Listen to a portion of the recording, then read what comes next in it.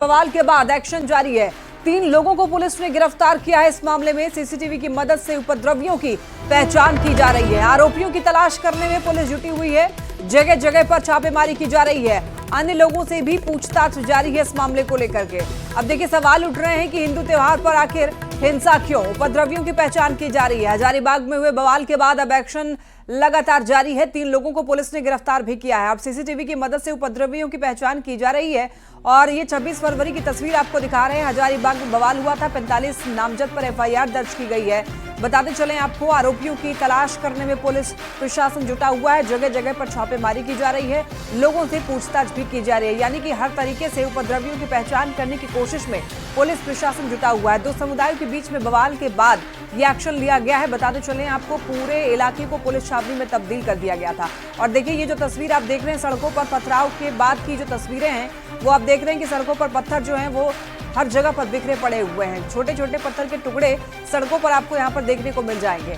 अलग अलग जगहों पर पुलिस बलों की वहाँ पर तैनाती की गई है ताकि वहाँ पर माहौल जो है शांत बनाया जा सके। और लोगों से भी शांति बनाए रखने की अपील लगातार प्रशासन के द्वारा किया जा रहा था। तो सीसीटीवी की मदद से गिरफ्तारी हो पाई है अभी तक कुछ लोगों की, और सीसीटीवी खंगाले जा रहे हैं। लोगों की पहचान की जा रही है। लोगों से पूछताछ भी इस मामले को लेकर की जा रही है। जिस तरीके से हमारे पूर्वज मिलते जुलते आए हैं, उसी तरीके से हम लोगों को भी रहना चाहिए, है न। विवाद में सिवाय नुकसान के तो फायदा है नहीं। बस हम यही बोलना चाहेंगे, आपस में मिल्लत हो। है आज की स्थिति है, आज की स्थिति तो देख रहे हैं, सामने सब सन्नाटा है। कल तो देखिए, हम लोग मतलब यहीं पर बैठे हुए थे, बड़ा वो बैठे हुए थे यहाँ पर और समझा रहे थे हम लोग के, और उसी बीच में एक बैग मतलब ईंटा पत्थर चलने लगा। एक बैग चोट वगैरह भी किसी को लगा? हाँ, चोट वगैरह इधर से हुआ है, हिंदू पार्टी में से। दरअसल हजारीबाग के इचाक थाना क्षेत्र अंतर्गत डुमरौन के उसी हम हिंदुस्तान चौक पे है, जहां पर कल जो है असामाजिक तत्वों के द्वारा सामाजिक सौहार्द को बिगाड़ने का प्रयास किया गया था। तस्वीर आपको दिखाना चाहेंगे कि देखिए, आपको दिख रहा होगा कि जिस इस लोहे के स्तंभ पर आपको एक भगवा झंडा दिख रहा है, वहां पर जो है आपको लाउड स्पीकर दिख रहे होंगे। इसी लाउड स्पीकर को लेकर जो है लगाने को लेकर विवाद उत्पन्न होती है, और विवाद इतनी तेज होती है कि जो है आधा दर्जन से अधिक गाड़ियां जो है आग के हवाले कर दिए जाते हैं। और उसके बाद जो है इसी क्षेत्र में पथराव जैसी स्थिति उत्पन्न हो जाती है।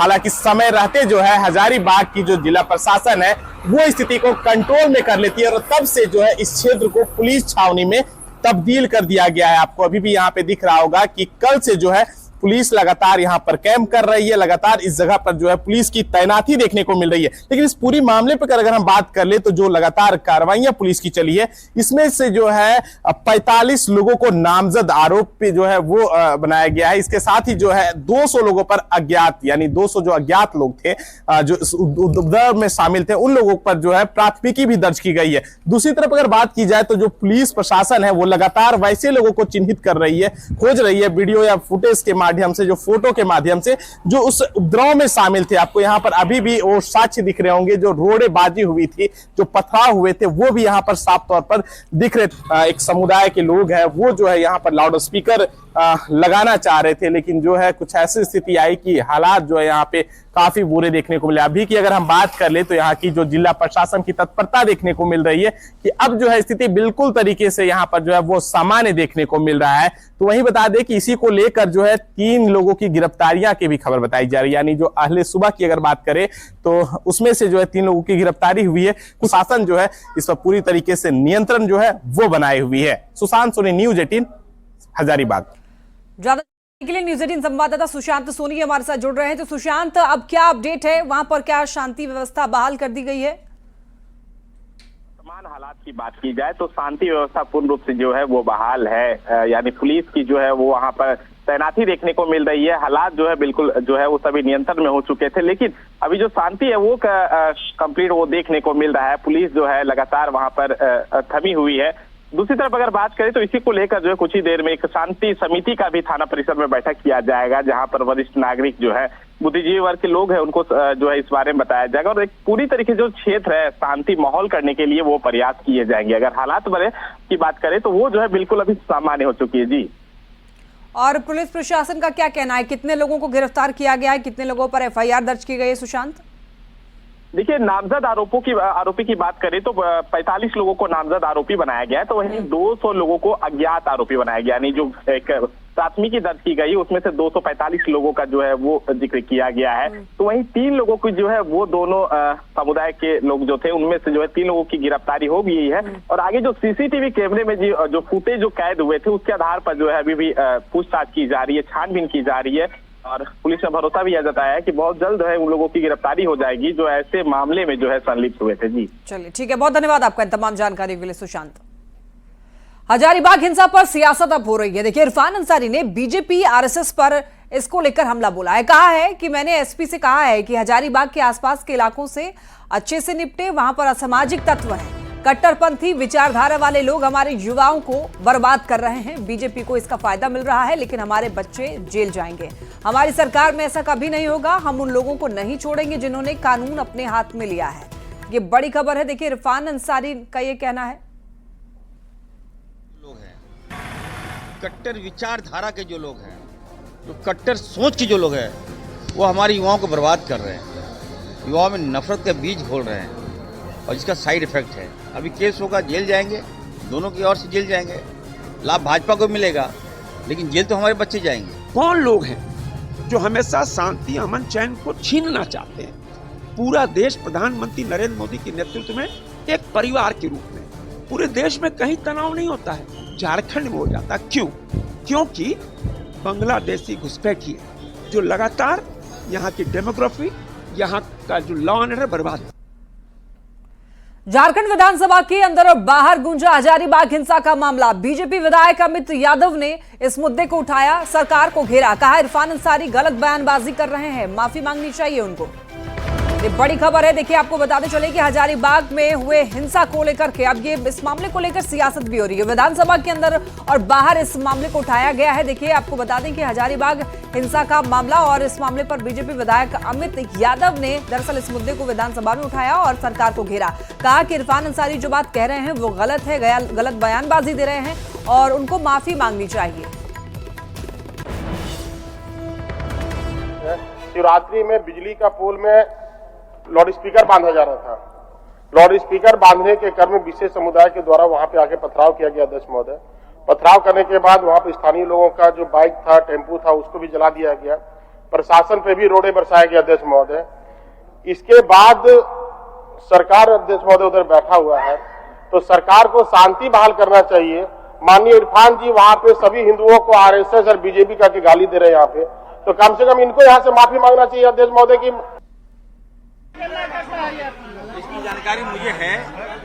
हमारे राज्य में इस तरह की प्रवृत्ति नहीं होगी। कानून जो भी हाथ में लेगा उसको कठोरता पूर्वक हम लोग कार्रवाई करेंगे। सरकार उनके पास है भाई, उनको जांच करानी चाहिए। घटना क्या होता है, नहीं होता है, कैसे होता है, सरकार उनके पास है, मंत्री वो है। और इस प्रकार की जुबानी वो हरकत उनको नहीं करनी चाहिए। लेकिन बचपन में पढ़ा करते थे और हमारे बड़े भैया लोग हजारीबाग में रह के पढ़ाई करते आए हैं आज से लगभग 15-20 वर्षों से। तब से इस प्रकार की घटनाएं सुनते आए हैं, दो पक्षों में आपसी मनमुटाव को लेकर, आपसी विवाद को लेकर।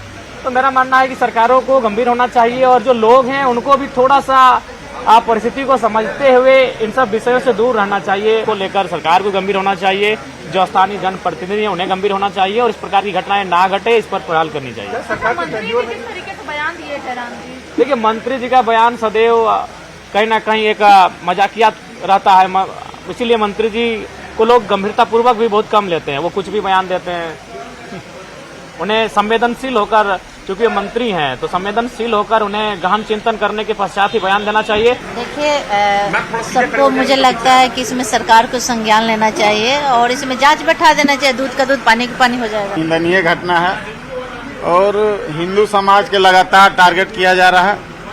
आप लोग देख लीजिए, इससे पहले गोला में भी लव जिहाद का मामला आया। माननीय चंद्र प्रकाश चौधरी जी के नेतृत्व में जब हिंदू का मामला आता है तो सब लोग, जो खास करके कांग्रेस पार्टी पूरा मुस्लिम के बात करता है, कभी हिंदू का बातें नहीं करता। और कल का घटना से आप सिर्फ झंडा, पूरा झंडा सिर्फ रोड में 2 दिन के लिए हम लोग त्यौहार करते हैं और 2 दिन के त्यौहार में उन लोग को लगता है कि हम लोग को यही लग रहा है कि हम लोग भारत में रहने लायक हैं कि नहीं।